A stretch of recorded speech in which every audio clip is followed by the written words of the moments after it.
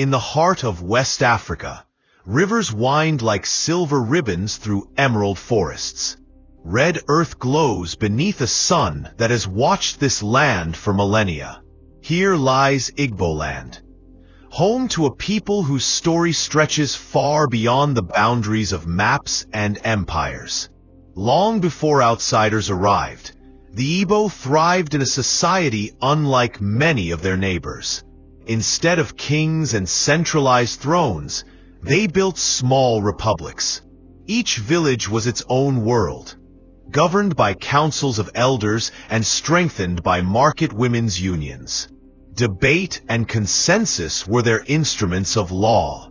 Around village squares, artisans forged iron, weavers spun bright cloth, and bronze casters shaped masterpieces that still astonish the modern eye. By the 10th century, the Igbo aqua bronze works revealed a sophistication of design that rivaled any in the ancient world. Their spiritual life was equally rich. The Igbo honored Chukwu, the great creator, and revered the ancestors who guided them from the unseen realm. Festivals like the New Yam celebrated life and renewal. Drums thundered through moonlit nights as masked dancers blurred the line between earth and spirit, reminding everyone that the physical and the divine were bound together. From the 15th century, strange sails appeared on the Atlantic horizon. European traders came first for palm oil and ivory, then for human lives. Thousands of Igbo were forced across the ocean during the transatlantic slave trade. Yet their traditions endured, carried to the Caribbean, the Americas, and beyond, where echoes of Igbo songs and stories survive even today. By the late 19th century, the British turned their gaze inland. They broke the power of the Arrow Confederacy during the 1901 to 1902 expedition and imposed the warrant-chief system, an alien form of authority that clashed with Igbo democracy. Missionaries arrived with Bibles and schools. Many Igbo seized the chance to learn, becoming some of Nigeria's earliest teachers, clerks, and professionals. Western education opened doors, but it also brought tension, a collision of tradition and modernity that reshaped daily life. In the mid-20th century, nationalist movements swept across West Africa. Igbo leaders such as Nnamdi Azikiwe helped spearhead the call for independence. When Britain finally lowered its flag in 1960, Nigeria emerged as a federation of diverse regions: the Hausa Fulani North, Yoruba West, and Igbo East. Optimism filled the air, but beneath it simmered old rivalries and fears. January 1966 brought a sudden rupture.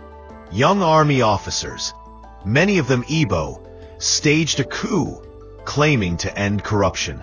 Though not an ethnic plot, it was seen as one. 6 months later, a counter-coup erupted.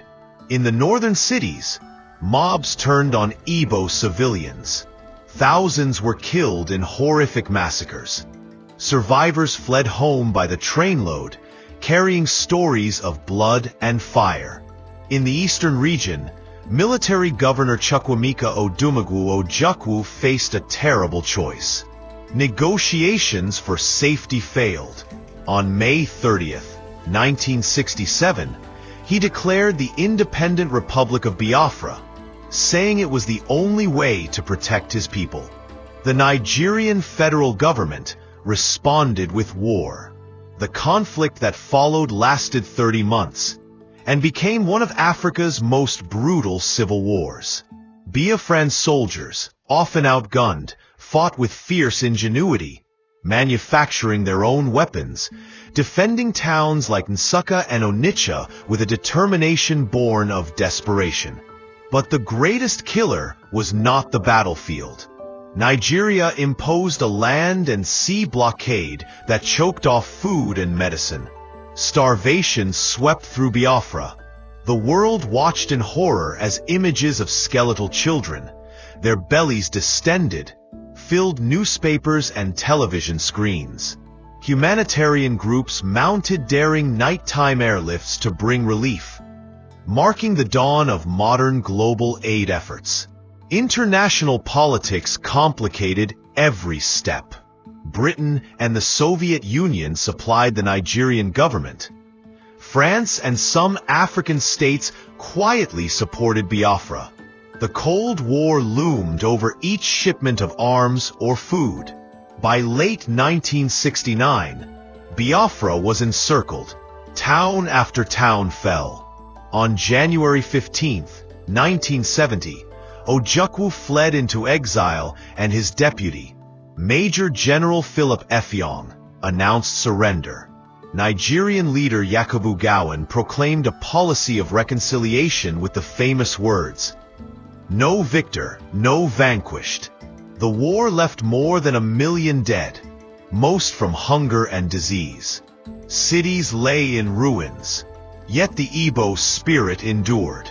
Families rebuilt from almost nothing, markets reopened, trade routes pulsed with life, and within a decade Igbo entrepreneurs were again vital to Nigeria's economy. Their resilience became a lesson in survival and renewal. Writers like Chinua Achebe and later Chimamanda Ngozi Adichie carried Igbo stories to the world, preserving the memory of both the tragedy and the triumph. Music, language, and festivals flourished anew, affirming a culture that refused to be erased. Today, the memory of Biafra still resonates. Some speak of self-determination, others of national unity. Across Nigeria and the diaspora, the Igbo continue to celebrate their heritage. The masquerades, the kola nut rituals, the relentless drive for education and enterprise. From the ancient bronze casters of Igbo to the survivors of Civil War, the Igbo story is one of extraordinary endurance.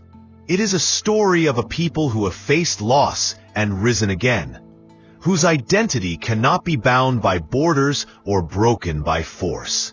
As night settles over the Niger and the drums echo across the valleys, a quiet promise lingers in the air.